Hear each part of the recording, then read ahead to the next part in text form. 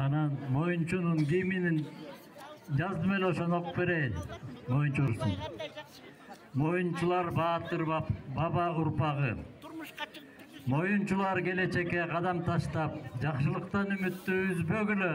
Жашоо деген түбөлүк узак жолдо көбөйүп ар бир үйүң жүздөгүлө.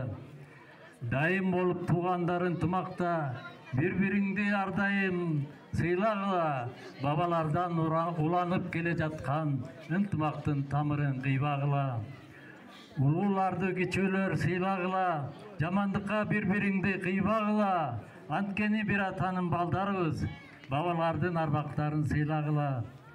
Алыбек Баатыр биздин бабабыз, омкоруптур бугун мойнун бир заматта. Ошондон биз моюнчу аталыппыз, урпагыбыз Баатыр баба атанын деп сыймыктанып жүрөлү ар убакта.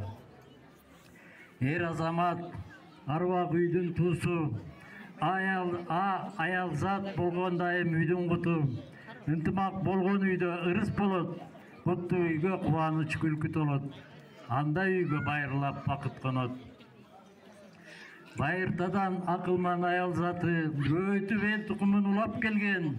Келиндерим алтындар муккула, көтөрүп зоолосун моюнчунун, эң биринчи ынтымакты туткула. Байып кетсең моюнчулар көппөгүлө, кыйынчылык түшкөндө чөкпөгүлө. Адашып жаман жолго түшпөгүлө, адал иштеп ак жүрүп ар убакта, эл ичинде сыймыктуу көктөгүлө. Байлыгыбыз көрдүйнө жыйган окот, бири-бириңден жардамдан тайбагыла. О жараткан, моюнчуну колдогула.